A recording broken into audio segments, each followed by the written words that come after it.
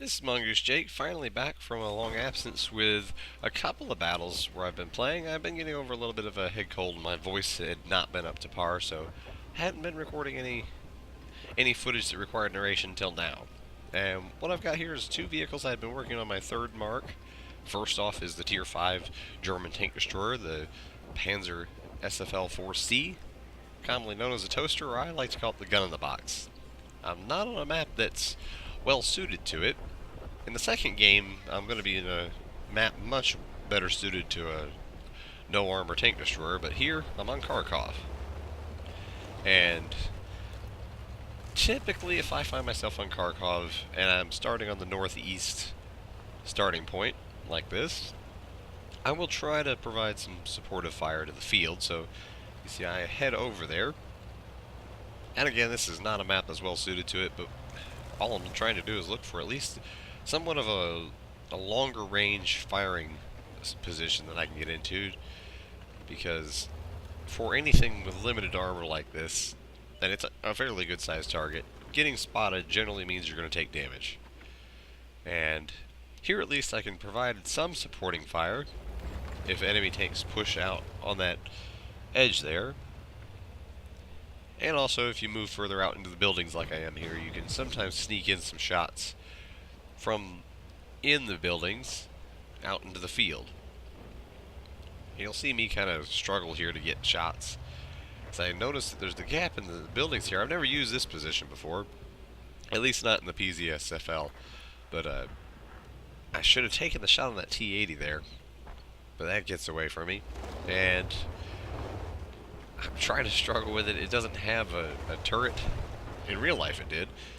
The sides would go down and the whole gun position could rotate 360 degrees. But here I'm struggling with limited gun depression and limited gun traverse, and I decided to forget it, and I'm just going to move away from there. And as you can see, I'm trying to floor it and get out of here, because I can see that VK in the field is going to be overrun very quickly. He's outnumbered too much, and there's no way for him to get out of there.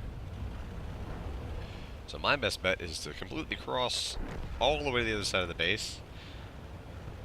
I don't know what the bishop's doing there. He's plowed into the building. But here I actually am trying to instruct him to fall back. But I really don't know what he's doing. But my plan is I'm going to get all the way across the base and actually get in behind these buildings so I can cover the base, so at the very least I can get some fire into the enemies before they try to capture. Now I'm already assuming that the bishop's lost, because he didn't move from where he was when I told him to fall back.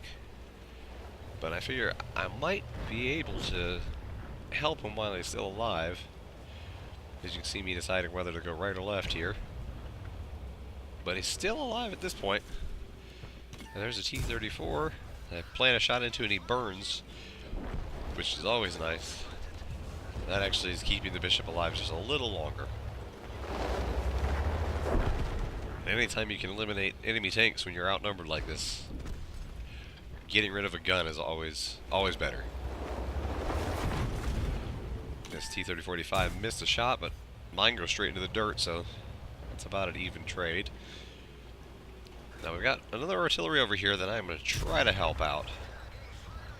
And I kind of get lucky. I was firing through the debris there.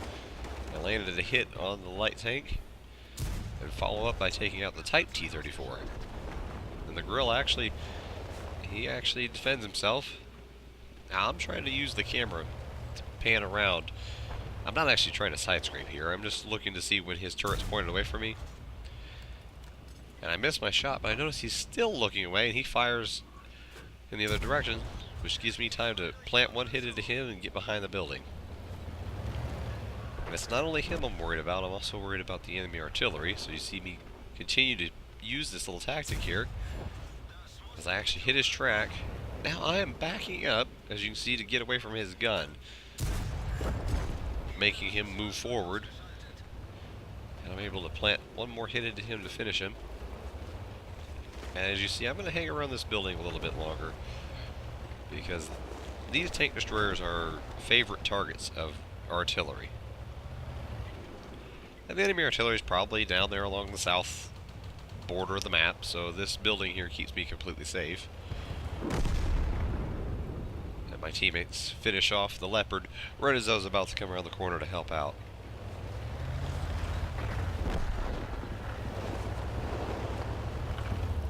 Now, all I'm doing is trying to play it safe, because it's down to myself and the Matilda here. And we're up against 2 artilleries and 2 vehicles. Now I'm gonna have this guy completely surprised. I auto aim through the fence, which allows me to get him down low enough to where the Matilda can finish him off. Now you see me taking artillery cover again. I'm gonna pause here long enough that I believe I am completely disappeared off their maps.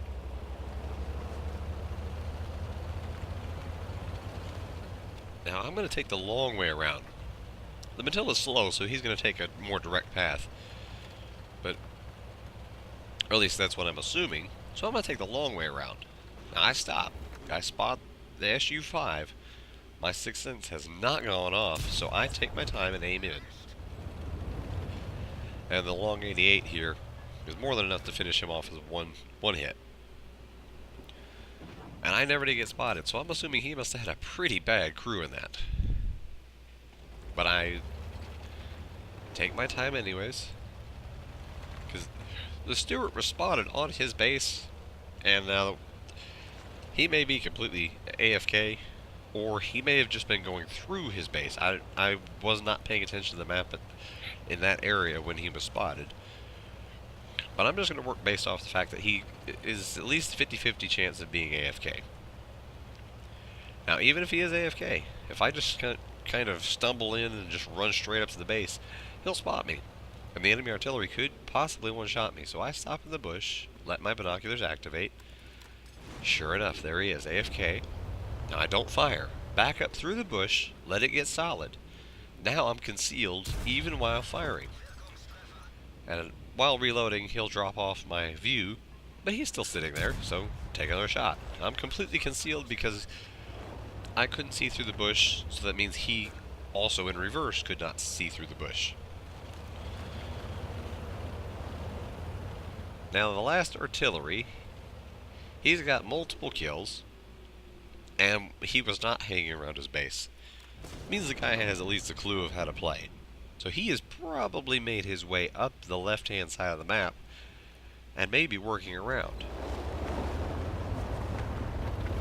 Now what I was originally hoping was that maybe the Matilda could capture and lure him in with me in an overwatch position up here, to where if he comes around, if the grill actually drives around, I could actually finish him off. Because I would be firing from concealment. But he's not showing up, which means he's not right around the corner, and he probably has went up the left side of the map. So instead of just sitting there doing nothing, I figured I'll get on here to help speed up the cap process, and I'll sit at the very back edge. If you go anywhere near that building, that's probably going to be a likely spot for him to blind fire, just like he does right there. That's the #1 spot you do not want to sit if there's still artillery left. Do not sit anywhere near that building. And also don't sit anywhere near trees or bushes or shrubs anywhere on a map that if there's artillery still left and you're trying to capture. They generally will look for the hard cover or shrubs that are obvious. And now his reload's too long, so that's game. And we get the victory. So moving on to the results here. That was the 3rd mark with the ace tanker. That is the bruiser. Arsonist for burning somebody to death. The fighter, fire for effect. And over there's a high caliber.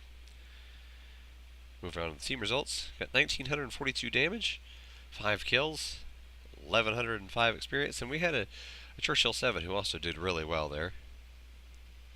I didn't catch when he was finally taken out, but he had put in a pretty good game before that. I got 12 shots, 10 of those were hits, 9 were penetrations, and I actually made almost 22,000 credits overall. So I did not use any premium in any way, shape, or form. Moving on to the second game here. As you can see, that is an Nashorn. And I find myself on Fisherman's Bay. And it's a battle that finds me middle tier, which is quite fine. That means there's only 3 tier 7s, 5 of us, tier 6s, and a bunch of tier 5s to pick on.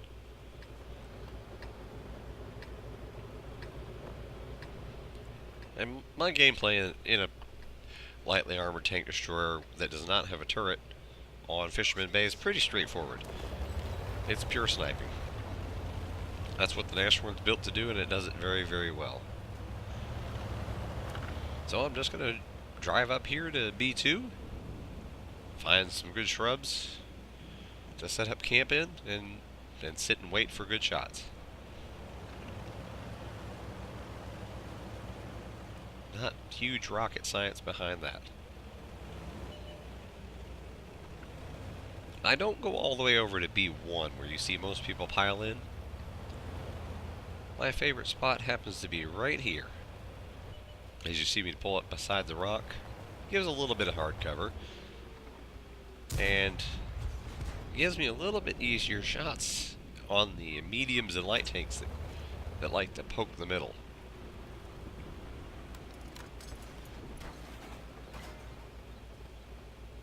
As you see me trying to take shots of opportunity here, and I actually nail one right on the leopard.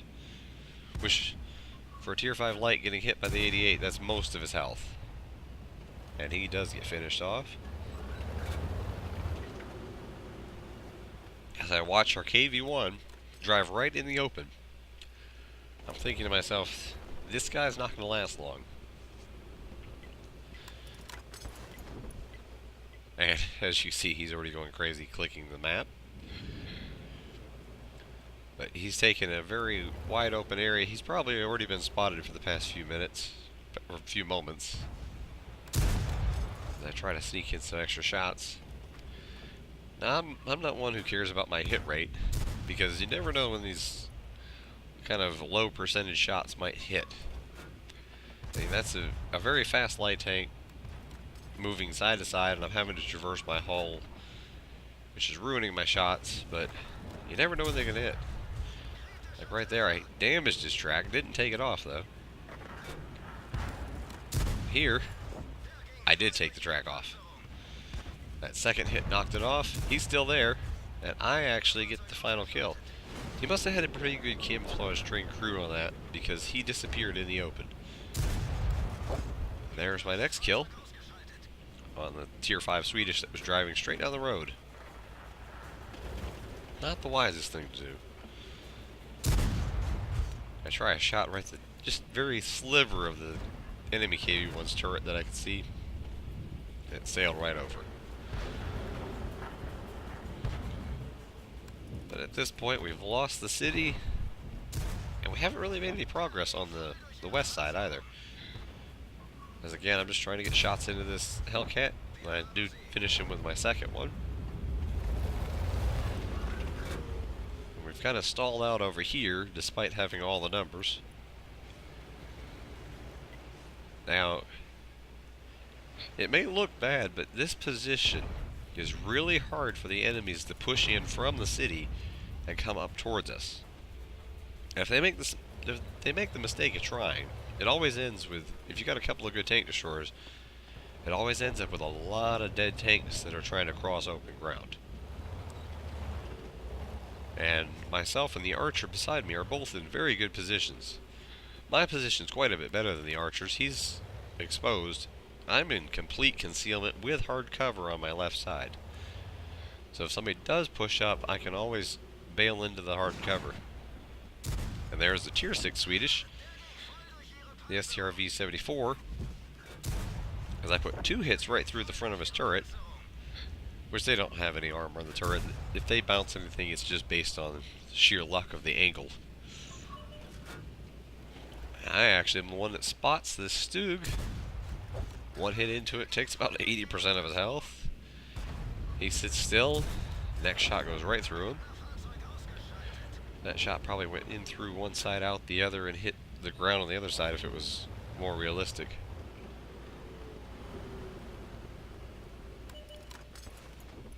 Now here's the Jagdpanzer IV, one of my favorite vehicles in the game.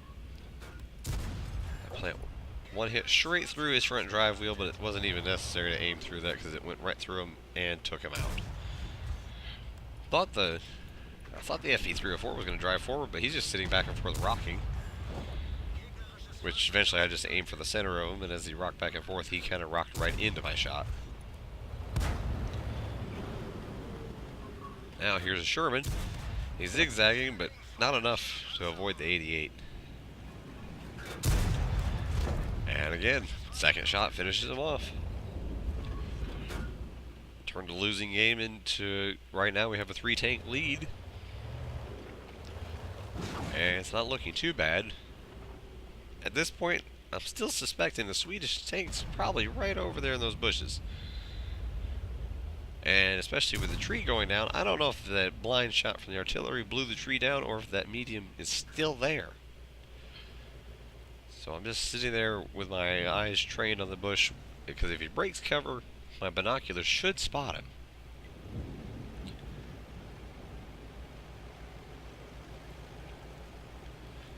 But still at this point, no dice on that. And it's just kind of a waiting game. Because even though I'm full health and he's probably one-shot territory, I don't want to just stumble out there. The Nashorn is a large target, and on the move it's not very good. But now we have him spotted. The STRV-74 actually bailed around. He must have went up through the city edge, and now he's came back to the middle. So now I can charge forward. And I realize that here. I'm just trying to get in a sneaky shot.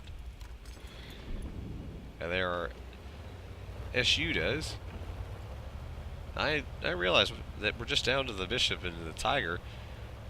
So I'm just going to charge in. And my first target will be the Bishop, because we have two tanks to the south supported by a tank destroyer who can deal with the Tiger. And my best bet is to get the Bishop off their back. And also I am kind of hoping for the Radley Walters here at this point. No guarantees on it, but if I can get it, that would be nice. And the Bishop, for me, is a 2-shot kill, even at full health, which he probably is. They have, I believe, 350 hit points, so if I can find him in a position where I'm able to get 2 hits into him, even if he hits me, he probably couldn't one-shot me. That gun doesn't have that high of a damage roll normally. I see him, and he spots me, and you see he must have 6th sense because he's motoring already. And unfortunately he gets just around the corner. And I'm hoping he will come around in time, but he stops. And there goes the Tiger, there goes the Bishop. So no Radley Walters for me. But still, that was a great game. We got the win.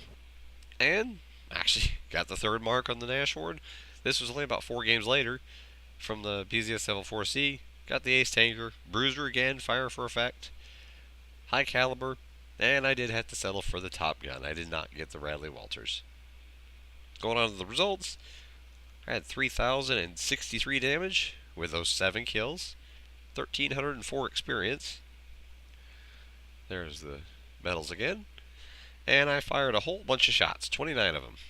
Had 17 hits and 16 penetrations. A lot of blind shots that didn't do anything. But I don't mind that one bit. Cheap ammo out of the 88. So I still made almost 28,000 credits.